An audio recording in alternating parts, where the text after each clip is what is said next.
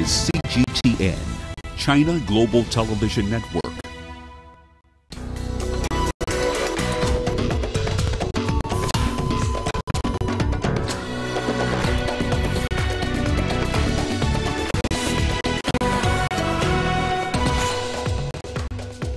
Chinese and Italian presidents agree to promote greater partnership. Relief and rescue efforts continue as combined death toll from Cyclone Idai climbs to more than 600.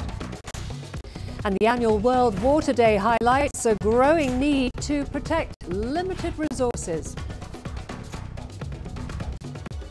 Hello and welcome to CGTN. This is Africa Live and I'm Karen Roberts in Nairobi. Also coming up in the programme. Economic growth in South Africa to shed 0.3% in the first quarter due to load shedding. And African football champions Cameroon on the edge as they play Comoros in a must-win qualifying match. It's the day of tours and talks for Chinese President Xi Jinping on day 2 of his state visit to Italy. The two countries are working to strengthen ties and pave the way for Italy to join China's Belt and Road Initiative. CGTN's Michelle Bar-David is in Rome with more. China and Italy are about to embark on a new journey, with ties stronger than ever. On Friday, Chinese President Xi Jinping met with his Italian counterpart Sergio Mattarella. The two later met with business leaders of both countries. Xi and Mattarella later visited the tomb of the unknown soldier in Rome and paid their respects. Much of the excitement is related to Saturday, where Chinese and Italian officials are expected to sign a memorandum of understanding that will welcome Italy to be the first G7 country to join China's Belt and Road Initiative. Leaders of both countries have emphasized that if Italy joins the multi-billion-dollar Belt and Road Initiative, it will be beneficial for the people of both countries. Prior to his arrival in Rome, Chinese President Xi stressed that this could be the beginning of a new era for China and Italy. We agreed that we need to strengthen synergies between the two parties and our respective development strategies to enhance collaboration in infrastructure, ports, logistics, and shipping. The goal is to build concrete and quality projects along the Belt and Road. The Italian president stressed that the new agreement would be a win-win situation, and in many areas. The ancient Silk Road was an instrument of knowledge among peoples and a tool to share reciprocal discoveries. Even the new Silk Road must be a two-way street to share not only goods, but also skills, ideas, knowledge, forward-looking solutions to common problems and projects for the future. On Saturday afternoon, Chinese President Xi is also expected to travel to Sicily's capital city, Palermo. As China and Italy will be marking the 50th anniversary of diplomatic relations next year, leaders have decided to hold the 2020 Cultural Year of Chinese Tourism in Italy and the Italian one in China. Michelle Bar-David, CGTN, Rome. Well, President Xi also met with Italian Senate President Maria Elisabetta Alberti Casellati. He said China supports exchanges and cooperation between the legislatures to share successful experiences on the basis of mutual respect and learning. The senator said Italy is willing to work with China to strengthen ties, including in the fields of tourism, language and scientific and technological innovation. President Xi also talked with Roberto Fico, president of the Italian Chamber of Deputies. Fico said the Italian House of Representatives is committed to promoting trade and cultural exchanges within the Belt and Road framework. They also hope to enhance communication and coordination on global issues such as climate change and the UN 2030 Agenda for Sustainable Development. Well, Italy is expected to be the first country among the G7 nations to sign a memorandum of understanding with China on the Belt and Road Initiative. In a meeting with Chinese media, the country's Prime Minister said Italy's maritime resources make it a natural fit for the economic programme, and joining it would restore Italy's position as a hub of the European economy. According to Italian media, the country's leaders have placed 4 port cities high on the economic agenda. The Sicilian port city of Palermo, President Xi Jinping's second stop after Rome during his Italian trip. It is one of the oldest and once was one of the largest ports on the Mediterranean Sea. But now it's in desperate need of infrastructure investment. The local government says it welcomes Chinese capital and expertise to modernize the port and create jobs, as well as Chinese businesses to set up operations in the city. Up in the northwest, Genoa is to be another port city welcoming Chinese investment. The city wants to rebuild its container dock, which has the daily handling capacity of as much as 6,000 tons. Not far from Genoa, the port of Vado will be the first new port in Italy in 30 years. It is expected to open sometime this year as the country's first automatic container wharf. In East Italy, the cities of Trieste and Ravenna are front-runners to be included in the MOU. The two maritime hubs connect Italian exporters to emerging markets. To other news now, the UN Migration Agency says at least 259 people have been killed in Zimbabwe by Cyclone Idai, and some 217 are missing. In Mozambique, the death toll stands at 242, while in Malawi, 56 people have died. The UN Humanitarian Response Team says many areas remain flooded, and a final count of those who have died will take some time. Authorities have confirmed 16,000 households have been displaced and hundreds have been injured. The UN team is calling for community support. Okay, we are aware of hundreds of deaths that have been confirmed, but we understand from some of the governments that this could rise to at least 1,000. This is over 1 million people affected across 3 countries. We understand 16,000 households have been destroyed, and that in Zimbabwe alone, the number we have is 259 deaths. In Mozambique, the official death toll has risen to at least 242 people, according to the government, but many areas remain inundated, and tragically, the counting of the dead will take some time. So we do expect the death toll to rise as that progresses. At least 65,000 people are sheltering in more than 100 collective sites across Sofala province, Manica province, Zambezia province, and Tete province. Those are the 4 most affected places. The majority of these people are staying in schools and churches. These are desperate people, and I don't think anybody would blame a desperate mother or father who have children who do not have clean water to drink or food to eat to grab it from wherever they find it in a shop. Well, Mozambique's Beira city has recorded cases of cholera. The city was cut off when Cyclone Idai arrived a week ago. Houses were submerged, roads were destroyed, and survivors left with no running water. Families taking shelter in relief camps have been queuing to collect drinking water. There's growing concern among aid groups on the ground of potential disease outbreaks following lack of sanitation. Well, living through a cyclone is an experience that Beira will never forget. Cyclone Idai struck the area with such speed and force that it caught most residents completely by surprise. Angelo Coppola spoke to 2 of them. The cyclone blew through Beira and the surrounding areas, and high winds and lashing rain lasted for more than 9 hours. In the storm, everything was moving around. Even the house was vibrating. The storm was noisy, although the windows muffled the sound a little bit. But to be honest, I guess my coping mechanism was to sleep. So I slept through most of it. Yeah. First, I can't believe the cyclone is like these things I see in that weekend. Mine is very, very strong. Very, very strong. The sounds inside the house. If the wind comes inside the house, you see, listen many things. It's very, very bad. Very. I can't believe why the God give the power to keep all these people, keep the windows, keep the doors, keep these things in that moment. plenty things is around. After dealing with the initial battering, residents began emerging from their homes, if they were lucky enough not to have their homes ripped up from around them. I was just glad my family was okay, at least the immediate family that was there with me. And then we started slowly driving out to connect with people. And then we just, find each other at places. But for some, the immediate future is more concerning. These days is coming, is more bad than things. That things is a few hours, 6-7 hours.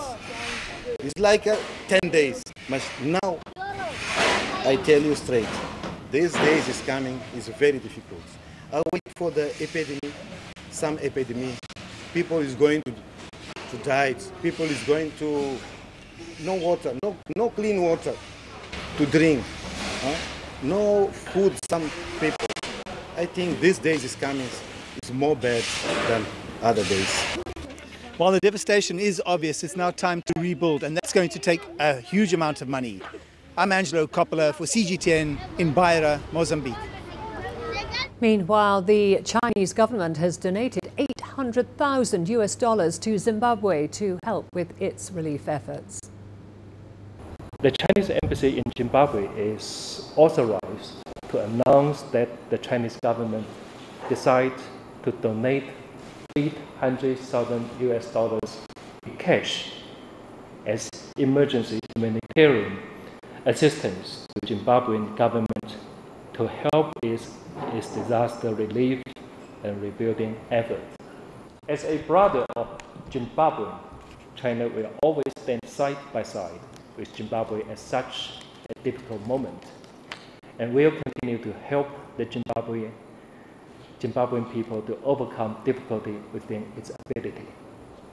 The Chinese government and the Chinese community in Zimbabwe will also join Zimbabwean government and Zimbabwean people in the reconstruction efforts. To other news now, Boko Haram militants have killed at least 23 Chadian soldiers, according to security sources in Chad. The attack took place in the town of Dangdala, near to the banks of Lake Chad. It's believed to be the deadliest such attack by the Islamist insurgents in the country. Boko Haram has been fighting for a decade to carve out an Islamist caliphate out of northeastern Nigeria, and has carried out regular raids over poorly guarded borders into neighbouring Chad, Niger and Cameroon. Well, earlier we spoke to CGTN's Deji Badmus on what exactly happened and what steps need to be taken to crack down on militant groups in the region. Well, what we're gathering is that this insurgents actually crossed over from Niger into Chad, and they attacked these troops now in a town known as Dangdala. This town is at the banks of Lake Chad, and we're very much aware that Boko Haram has a number of operational bases around the Lake Chad the Lake Chad itself. It has a number of camps there, and we understand the attack was actually a surprise attack that happened around just past midnight. The troops were not expecting it, and so they were taken by surprise, and at the end of the day 23 of them were killed. And we understand after the attack the Boko Haram insurgents crossed over back into Niger. We are going to a short break now. Don't go away, lots more to come, including concern as aid agencies in Libya warn that detainees are facing malnutrition. And the annual World Water Day highlights a growing need to protect limited resources.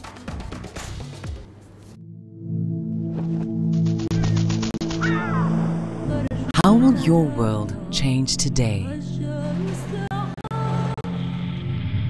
What happens here? What happens there? Or what you make happen for yourself? If it matters to you, it matters to us too. Your stories are the stories that need to be told. Africa Live. Find your voice.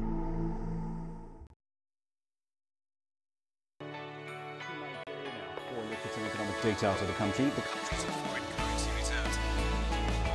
With a dedicated and diverse team of anchors, CGTN now brings Africa to the palm of your hand. In the Caribbean, in the heart of Nairobi, which is bustling. From everyday heroes to the continent's most powerful figures, we bring their voices to you. We haven't changed. And this is something most of us are very excited about. We bring you news that's changing perspectives.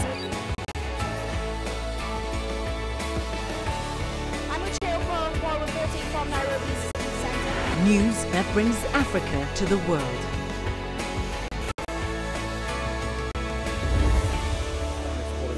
CGTN. See the difference.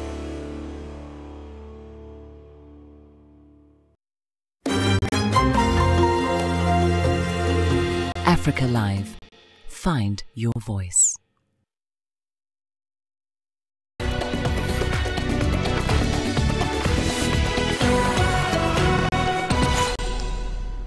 Ghanaian President Nana Akufo-Addo has consoled bereaved families following a deadly road accident in the country's Bono East region. 50 people died in the accident on Friday. Dozens more were rushed to various hospitals. Police are yet to ascertain the cause of the accident. CGTN's Nabil Ahmed Rufai reports now from Accra. The accident occurred in the early hours of Friday local time on a highway in Bono East region, which leads to Tamale in the northern region of Ghana. Police say the two buses involved in the accident each had about 50 passengers on board. One of the buses bent completely, killing many of the passengers instantly. Local police who went to the scene say the bodies of 35 of the deceased persons bent in the accident were not immediately able to be identified. The fire service also said it took them close to 30 minutes to douse the fire on the bus before they could retrieve bodies. About 53 others who survived the crash have been receiving treatment at the hospital. Ghana's President Nana Akufo-Addo expressed grief over the horrific accident and sent sympathies to the families of the deceased. Nabil Ahmed Rufai, CGTN, Accra, Ghana. Over to Algeria now, where thousands demonstrated in major cities of the oil-rich North African nation for the fifth straight Friday since protests began in February. They are continuing to demand the resignation of President Abdelaziz Bouteflika, who has been in power for 2 decades. Numbers were fewer than expected as rain appeared to dampen attendance at the nationwide anti-Bouteflika protests. Last week, the 82-year-old president postponed elections indefinitely and overhauled the government. Despite abandoning his bid for a 5th term in office, critics fear that the ailing Bouteflika may try to hold on to power indefinitely. Over 300 migrants are being held in Sabah detention centre in the Libyan capital of Tripoli. A Médecins Sans Frontières representative confirmed that the migrants are regularly deprived of food. He says 75 detainees are considered malnourished or underweight, with children the worst affected. Since the 2011 uprising, Libya has become the main transit point for people heading to Europe. Most migrants are fleeing war and poverty in Africa and the Middle East. Aid organisations want Libyan authorities to release the detainees, half of whom have been at the Sabah camp for at least 6 months. Over the last 2 years, we've noticed that food provision in detention centres is a major issue. In Sabah detention centre, we received increasing reports from the people detained there over the last couple of months that food provision was extremely poor. In January and February, people were telling us through medical consultations, through mental health consultations, that they were only receiving 1 meal every 2 days at times, and what they were receiving was incredibly poor. The EU policies that are put in place to address migration and to prevent people from arriving on European shores are directly resulting in people being held in these conditions in Libya. It is an extremely cynical approach to managing a migration challenge that the European continent has been facing, and the cost is human lives. Friday was World Water Day. Well, to mark this, Tunisian authorities revealed a new water governance strategy. It aims to improve water distribution and conservation to face the problem of water scarcity in the North African state. Tunisia also plans to rebuild several dams by 2025. The Tunisian government has presented a new irrigation water governance strategy to mark World Water Day. This strategy concerns the governorates of Beja, Bizerte, Greater Tunis and Nebel. An agreement was signed on this occasion between the Ministry of Agriculture, Water Resources and Fisheries and the Regional Union of Agriculture and Fisheries. It includes a commitment from the administration and the profession to implement the various axes of the strategy to manage and conserve water. The national water strategy will target the supply of irrigation water to farmers on the basis of variable and sufficient quotas. The quota was set according to drought, rainy and normal years. It was established over 7 years, as studies have shown that the rainfall cycle in these governorates is divided between 3 years of drought, 2 years of rainfall and 2 normal years. Authorities say that some of the dams in Tunisia are approaching the end of their lifespan. Therefore, many dams must be rebuilt in 3 different regions across the country. The state aims to react to face the phenomenon of sedimentation, which is gradually reducing the storage capacity of dams and therefore affecting water reserves. The water reserves currently available in the dams are about 1.72 billion cubic meters. Sidi Salem's dam filling rate is around 93%. On the occasion of World Water Day, the Tunisian government announced that a $30 million integrated agricultural development project in the governorate of Zaouane will be funded by the African Development Bank. The project focuses on the rehabilitation of irrigated areas and the conservation of water. Aden Shawashi, CGTN, Tunis. Well, we spoke to Jeffrey Kalebo-Denye, a development and humanitarian communications specialist at MAR Advance Limited, and he told us about steps needed to widen access to clean water on the continent. I think the causes are multidimensional, I will say. And I think the world is waking up to the reality that climate change is having its effects. The world is waking up to the reality that water is repletable. I know there was a time when people thought, okay, if the water bodies are drying up, we can go under and we'll use the water underworld. But suddenly we've discovered that actually it's not wise, for example, to sink boreholes every other home in one village, because you can actually run out of that underground water. And policies need to be put in place to determine where boreholes should be. Some countries have gone ahead to do that now. Others are just waking up to that fact. So I guess the causes are long-term and multidimensional. It's been happening over time, but we shouldn't sleep. Now is the time for governments to truly come up and look at water as a key resource that actually influences the realization of all the other 16 SDGs. Because you need water to end hunger. You need water to fight poverty. You need water around schools and institutions to have good education. So whichever SDG you look at, water is a critical element. We cannot ignore it. I think some of the cost-effective solutions are really involving people, from the home level to the village level, community level, all the way to the national, regional, and global levels.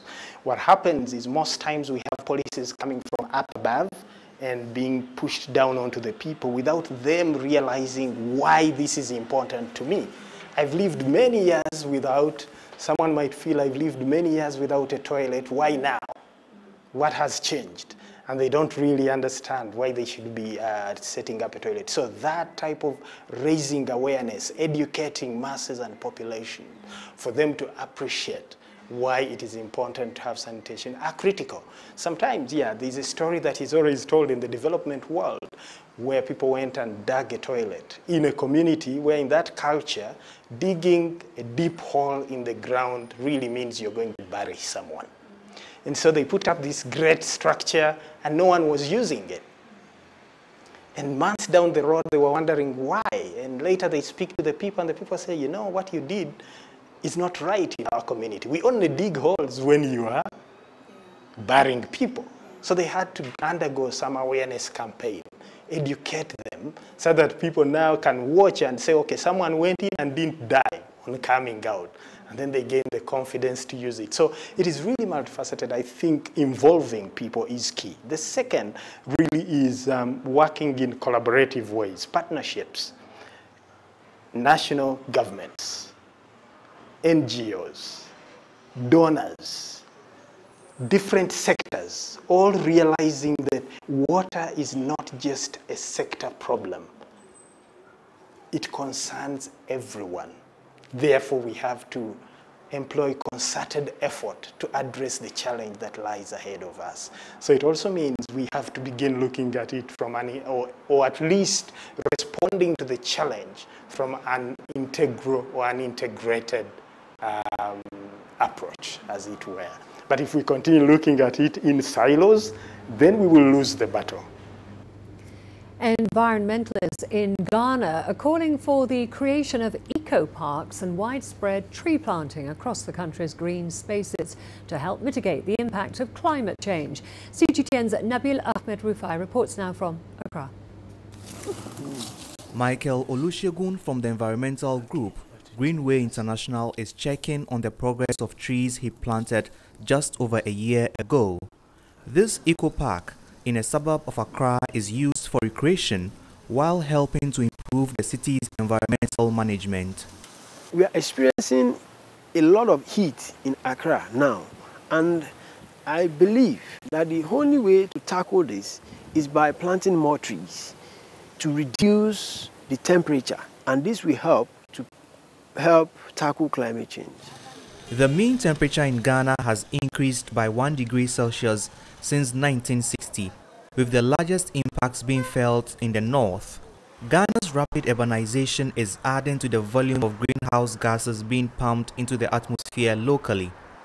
By 2030, Ghana says it plans to reduce its greenhouse gas emissions by 15%. Ghana is planning to increase investments in renewable energy and encourage people to reduce and recycle plastics. Greenway International aims to plant 1 million trees in Ghana by 2030 to help the country meet the UN sustainable goal of reducing the impact of climate change. Nabil Ahmed Rufai, CGTN, Accra, Ghana. Meanwhile, Egypt is keen to create public awareness about water pollution and the dangers of plastic waste. Hundreds of Egyptians gathered on the banks of the River Nile for a massive cleanup. Here's Adel El Mahrouhi with more. Egypt's main source of water is the River Nile. That precious resource, however, has been recently polluted by tons of wastes. Marking International Water Day, an Egyptian group invited volunteers to come collect waste off the Nile shores. Hundreds showed up.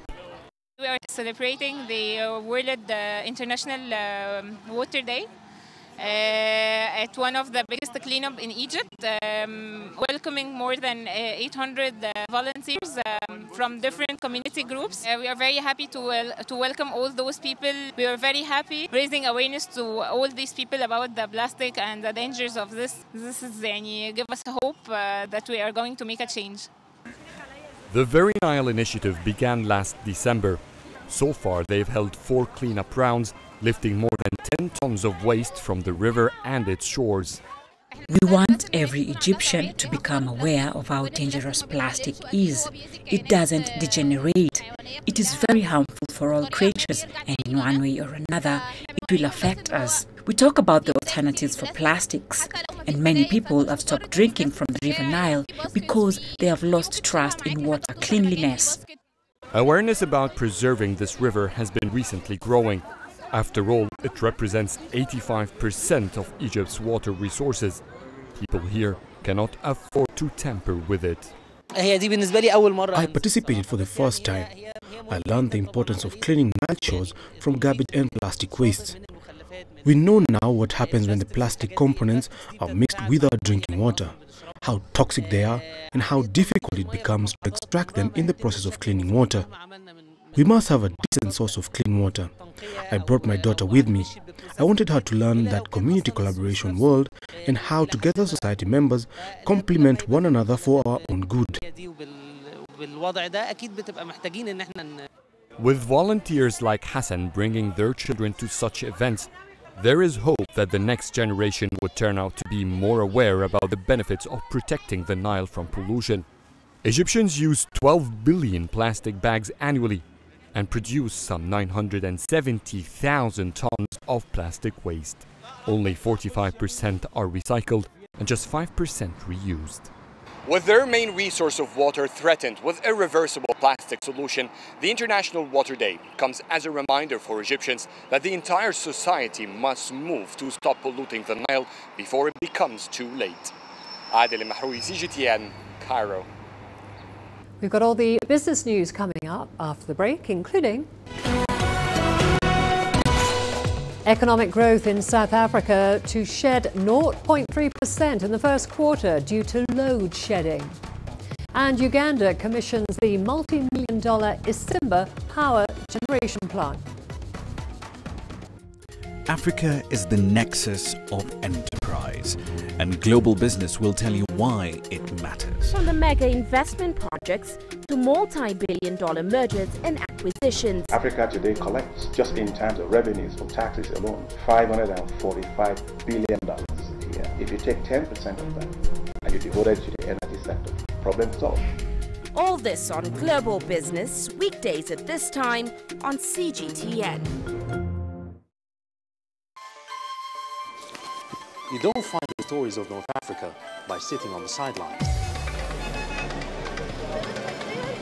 You got to get out, go there, and you'll find them. In the bazaars of Casablanca. Among the crowds in Cairo. Who come to visit Cairo, the ancient capital of Egypt. Along the waters of the Nile. Along the sands of the Sahara. No one else will take you where we can in North Africa. No one else will show you what it's all about. CGTN, see the difference. Join us in Global Business and see Africa through our eyes.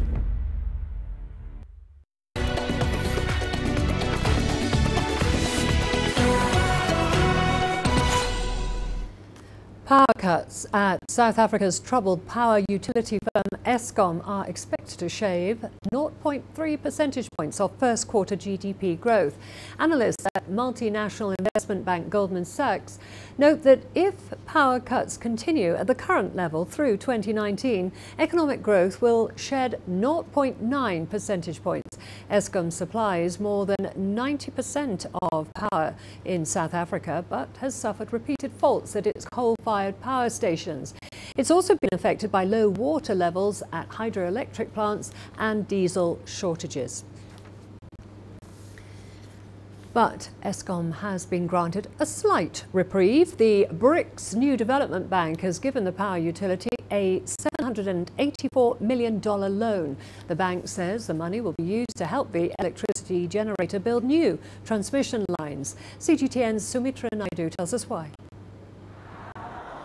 Eskom's financial woes are not new. The state-owned utility has been cash-strapped for years, surviving on loans and bailouts from government. The company continues to run at a loss and is still borrowing. The latest loan from the New Development Bank may alleviate some of its capacity constraints, but it won't be enough to guarantee a stable power supply.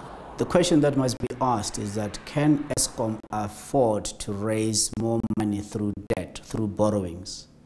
And the answer is a very difficult one. If we look at the outlook or projected revenues of Eskom from electricity tariffs and from what they are able to collect in terms of electricity sales, Eskom no longer has the capacity to be able to pay off any debt. Eskom needs in the region of $30 billion. Every day it's spending millions on diesel to power turbines in order to keep the lights on. If we look now, this country is plunged in rolling blackouts. They might call it load shedding, but it's rolling blackouts we are on the verge of getting into a national blackout, which will be the total collapse of the power system. The electricity supply interruptions are having a severe impact on the economy. At stage 4, supply cuts are happening 3 or 4 times a day, causing chaos and loss of business. Productivity is being negatively affected and big projects are being put on hold. The impact on the construction industry is that Eskom are not paying. So the problems at Eskom are well known, but we have clients who haven't been paid for 6 months on their projects with Eskom, causing major cash flow constraints. Government agreed last month to loan the utility a further $5 billion over the next 3 years. But Eskom's debt has skyrocketed to over $40 billion. The company is now just servicing debt and has no money to do maintenance or complete any of its infrastructure projects to bring power online. If you look at the debt that we hold as a country, the moment a rating agency downgrades us any further, the costs will go up. And when those costs go up, it will then bring about a self-fulfilling prophecy, whereby this nation will get into a default state. And should South Africa default on its debt, then the International Monetary Fund will have to come into place. And once the International Monetary Fund comes into place, that is the end of the road. The BRICS Bank loan will provide slight relief, but will also add to the utilities' debt burden. Sumitra Nadu, CGTN, Johannesburg, South Africa. Uganda has commissioned a multi-million-dollar power generation plant to meet the country's growing need for energy. The Isimba Dam in eastern Uganda was constructed with a loan from the Exim Bank of China. CGTN's Isabel Nakiria has this report.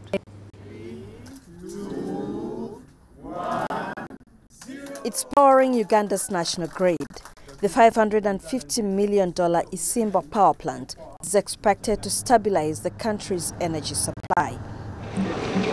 Construction began in 2015 by Chinese contractor China International Water and Electric Corporation Limited. And the Ugandan government is planning to award the same company more power projects.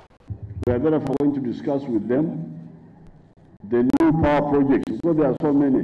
Ayago, Uhuru, Kiba, Oryang, they are all there waiting.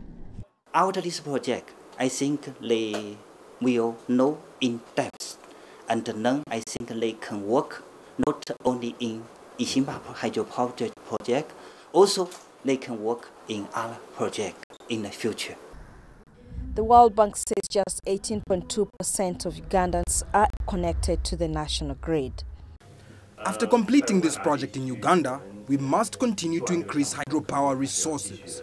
The country's electricity demand is rising soon. It is expected that there will be a shortage of electricity in the near future, so we will continue to use EPC in Uganda to develop new hydropower. The Isimba hydropower dam is going to add an extra 183 megawatts onto the national grid. This is expected to meet the growing demand in the country for electricity and hopefully lower the cost of power. The cost of a unit of power is expected to go down to 5 US cents from 8 cents. According to the Ministry of Energy, the demand for electricity is growing at about 10% per annum. The Isimba Dam is expected to boost Uganda's electricity generation to over 1,000 megawatts and hopefully bring an end to power outages. Power costs are also expected to lower even further with the completion of the Karuma Power Dam later this year, which is also being constructed by China. Isabel Nakiria, CGTN, in Kayunga District, Central Uganda. The Ministry of Finance in Sudan and the Arab Monetary Fund have signed agreements for 2 loans worth $300 million. The loans will be provided by the Abu Dhabi-based Arab Monetary Fund. President Omar al-Bashir's government has been hit by political instability after protests erupted across the country in December 2018. Well, the protests were in part triggered by poor economic conditions. The Arab Monetary Fund's Director General Abdul Rahman Al Hamidi met with Sudanese President Omar al-Bashir in Khartoum. President al-Bashir presented his vision for his country's economy at the meeting and managed to secure 2 loans.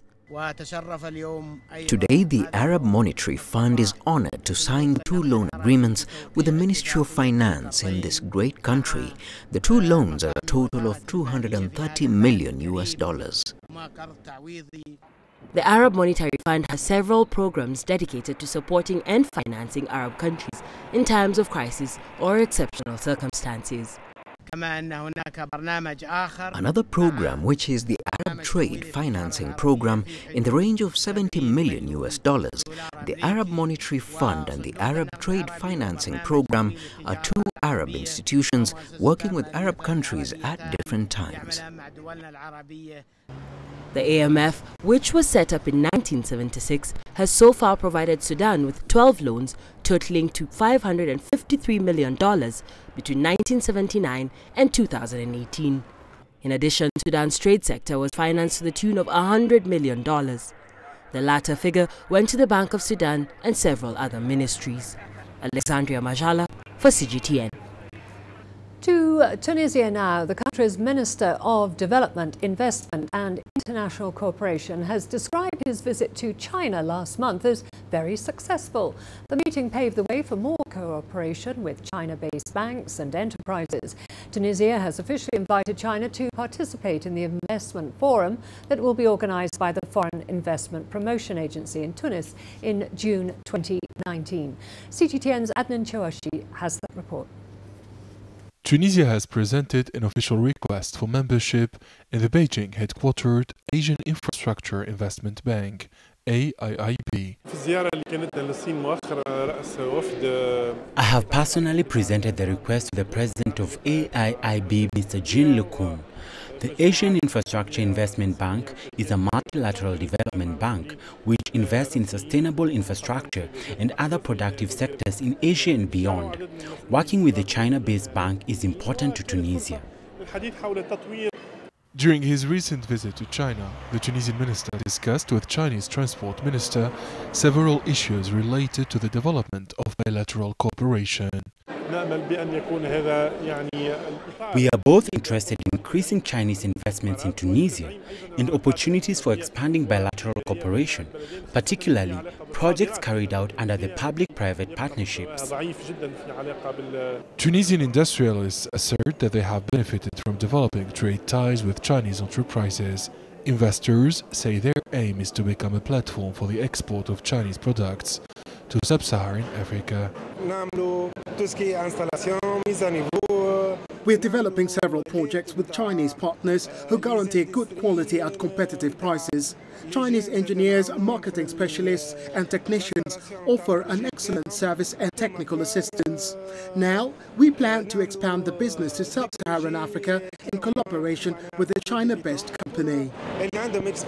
The Tunisian Minister of Investment and Development met with the President of the China-Africa Development Fund. The 2 officials discussed cooperation opportunities between China, Tunisia and Africa. During its visit to Beijing, the Tunisian ministerial delegation discussed with the chairperson of the China Council for the Promotion of International Trade the issue of encouraging Chinese companies to participate in the Sino-Arab Business Conference scheduled for April 2019. Adnan Chawashi, CGTN, Tunis. We are going to a short break. Don't go away. Lots more to come, including artwork on African mysticism showcases at London Gallery. Join us in Global Business. See Africa through our eyes. The greatest journeys, the greatest sights, the greatest adventures. Here in Qanater, this weir allows the locals to walk on water. We're far more than just TV news. We're your passport to the wonders of Africa.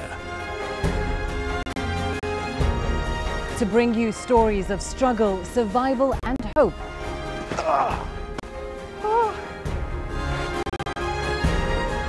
So let's explore.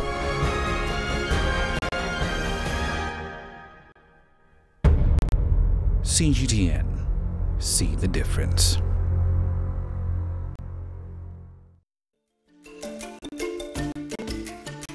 Africa Live. Find your voice.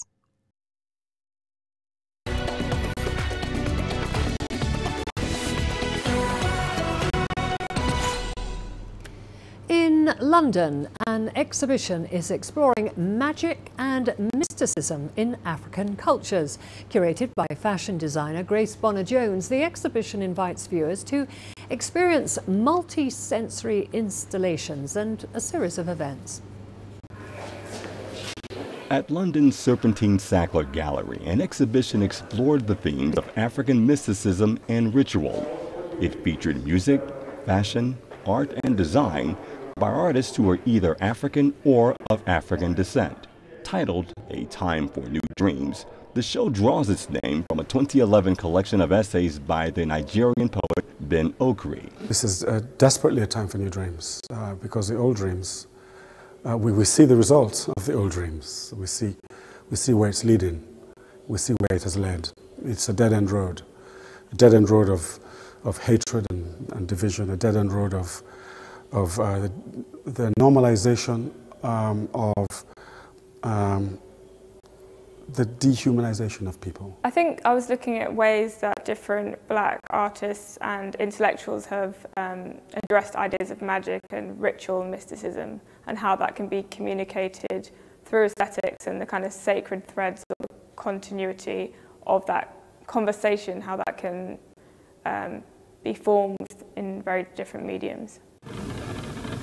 Grace Wells Bonner is the creative force behind this eclectic collection of works. A Central St. Martin's graduate, her fashion label is stocked at high-profile stores including Selfridges and Dover Street Market. Bonner sees fashion as a way to understand her own identity and cultural heritage.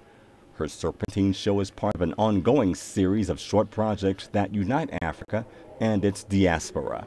The themes of the continuance of culture throughout the diaspora, the things that unite us, the things that bring us together in terms of ritual practice, in terms of shrines, in terms of a kind of consciousness, a kind of raised consciousness. Grace, in this exhibition, is actually trying to re-triangulate the diaspora, to unify all these, what appears to be different elements, but actually have got great unity. And that's one of the many things that people love about this exhibition.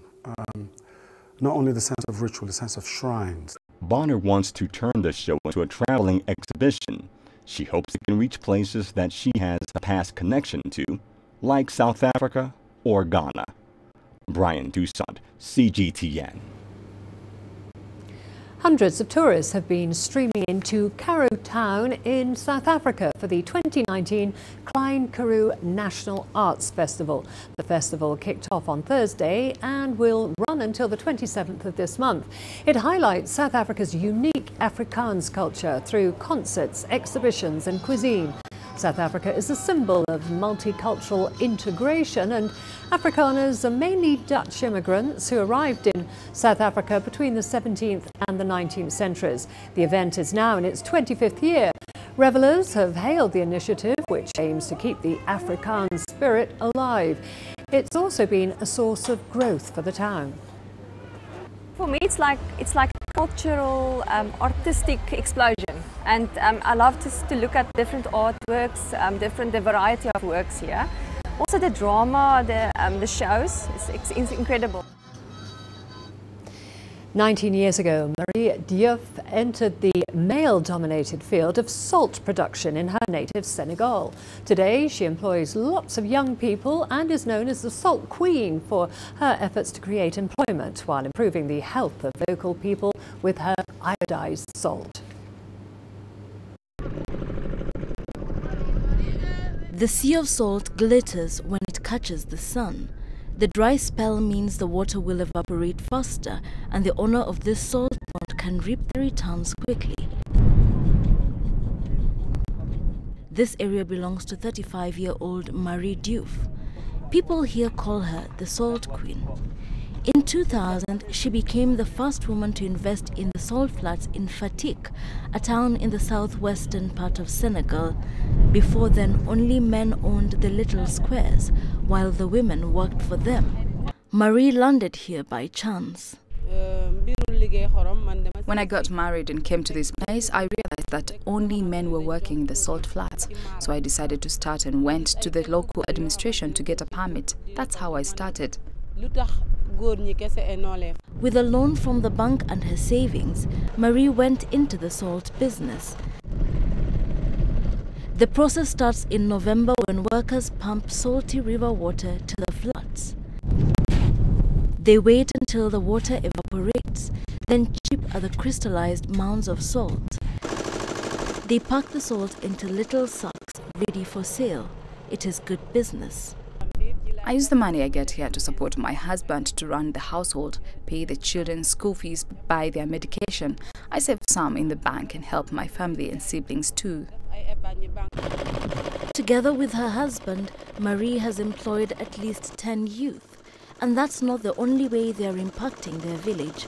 Senegal is West Africa's largest salt producer, but it also has a large population suffering from iron deficiency. In the packaging machine, a little tap is dripping iodine into the salt, iodizing it. It makes a difference in the health of the locals who consume it, and the couple isn't done dreaming yet. We want to expand this enterprise so we can employ more people and have the means to buy trucks to help us transport the salt like other big enterprises. And with his support, the Salt Queen continues to work towards the dream of a thriving enterprise built on the sea of sand. Wilkisa Nyabo, CGTN, in Fatick, Senegal. All the sports news coming up after the break, including African football champions Cameroon